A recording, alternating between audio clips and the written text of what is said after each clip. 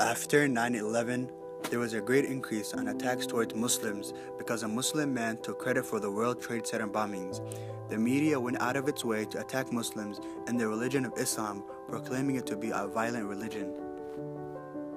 That population and the risk of terror. Should we really be opening our doors at the risk of letting in terrorists? What could possibly go wrong with poor, starving, Muslim, alienated men? You govern a majority Muslim American city. Are you afraid? Muslims might blow us up, and the Christians are not going to.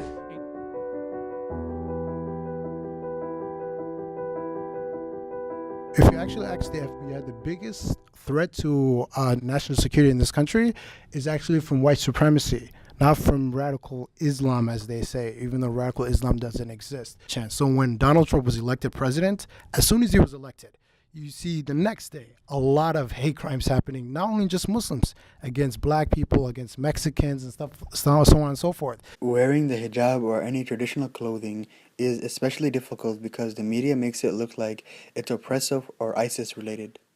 A specific time I remember experiencing Islamophobia is when earlier this school year I was in class and another student suggested I join ISIS, and that had me shook. I don't know if I really overcame it, to be completely honest, because it made the hate that the microaggressions I experience on a daily basis more evident to me and easier to understand. There was one day where me and my sister, we were walking to the train station, and she was wearing, what's it called, like a winter scarf that was like a Palestinian flag, and she was wearing her other scarf.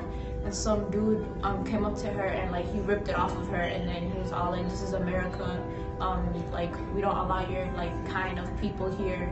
And like at the moment I was kind of surprised, like my sister just like put her hijab on and then she went back onto the train, and then I'm like sitting there like, aren't you gonna throw hands? Like, what are you doing? Like, I don't get it. And yeah, pretty much like she just told me, she's like, whenever you're dealing with that, like there's no point in throwing hands to show them like that we are people of violence. So there was an incident that happened after lunch at school where we were going up the front stairs and we were heading into our classrooms.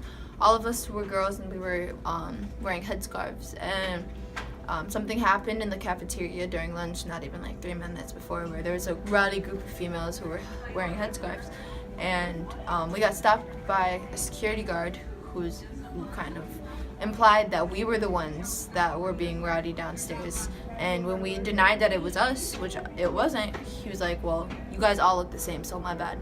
And obviously that kind of took us aback because none of us look alike, you know?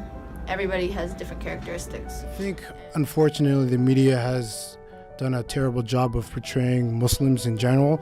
I think they've been, most cases when they hear about Muslims or Islam, it always been negative. They never show the other side of the Muslims. 99.9% of Muslims are law-abiding, peaceful citizens, who are just like everybody else. A lot of these attacks towards Muslims, or a lot of these attacks in general, are as a result of the media. The media portrays my hijab as a substance of oppression. But the media portrays me as an oppressed woman. But the media likes to portray it as a weapon. My hijab to me is a crucial part of my identity. My hijab is an empowerment to me. My hijab is a symbol of my faith.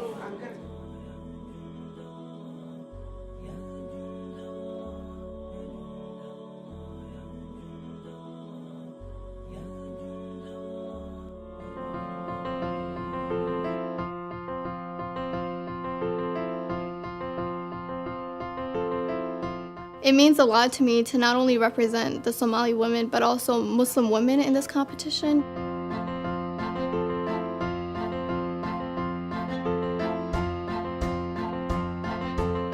For me to compete, that's just like opening doors for so many other girls.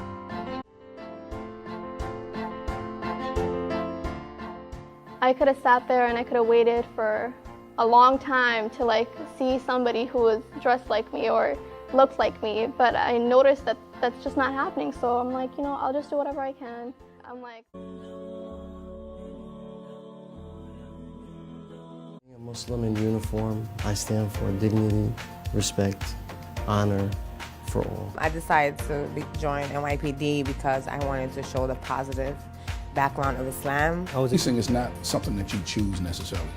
You know, it's something that's in you. My daughter was subjected to anti-Muslim rhetoric. She told me, Dad, how's that people call me a terrorist and you're a police officer protecting everyone. I think my faith probably helps me more to be a better police officer. My religion shows me to be kind, be humble, always look out for your neighbor, your elderly. There's even a verse in Quran that says, you know, you save one life, it's like saving a whole humanity. This is what we believe in. Today was the department's first East African Somali Citizen Academy graduation ceremony. Qadra Mohammed became the department's first uniformed Somali female employee. She is encouraging other graduates to bridge the gap between East African and American culture. The department's first Somali officer graduated the academy in 2012. It's also not the first time this department has reached out to the East African community. Last summer, it had a cookout to bring officers and the public together.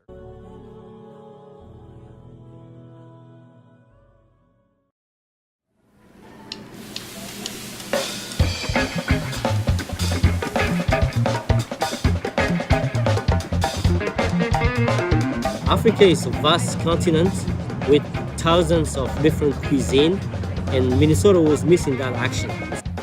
Last winter, I was asked to name my favorite recipe at holiday time, and I simply said Afro Deli. Afro Deli is authentic Somali Djiboutian food that really reminds me of my childhood. It's also a social enterprise project, meaning that every sambusa you buy or every chapati wrap that you buy helps a small immigrant-owned business in our community thrive. The atmosphere is wonderful. You can sit outside. The clientele are incredible. There's a whole array of foods. You can get gyros, and you can also get burrito-like chapati wraps and samosas. It's just a great atmosphere all around. It's not only about the meal, it's the whole experience. It's making sure that person get the best out of that little moment he had with us. I live in California, so I'm not even from Minnesota, and I come here every time that I am in the state. I like that as a restaurant, it feels like a community gathering.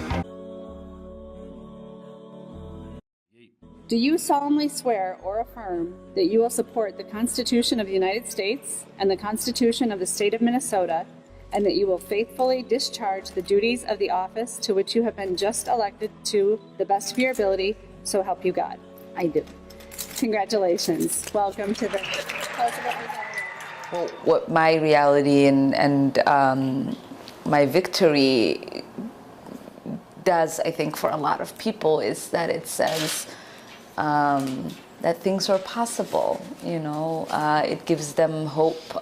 It inspires them to work harder, to continue dreaming, and to keep believing that things will get better, and that there are great people who create spaces of acceptance. And